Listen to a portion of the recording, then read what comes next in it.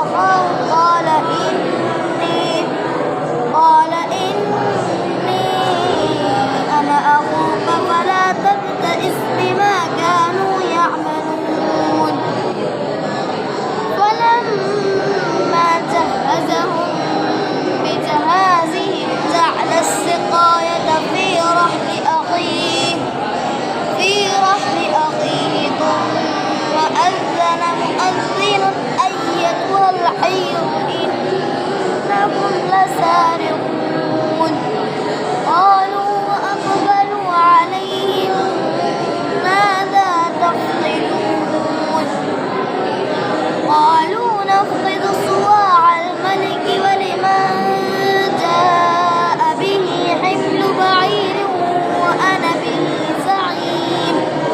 قالوا تالله لقد علمتم ما جئنا لنفسد في الأرض وما كنا سارقين.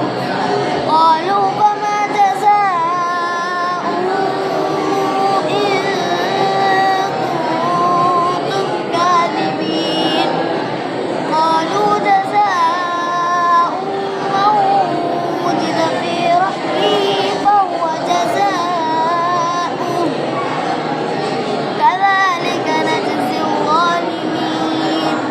فبدأ بأوعيتهم قبل وعاء أخيه ثم استخرجها من وعاء أخيه كذلك كدنا ليوسف ما كان ليأخذ أخاه في دين الملك إلا أن يشاء الله نرفع درجات من نشاء وفوق كل ذي علم عليم. قالوا إن يسرق فقد سرق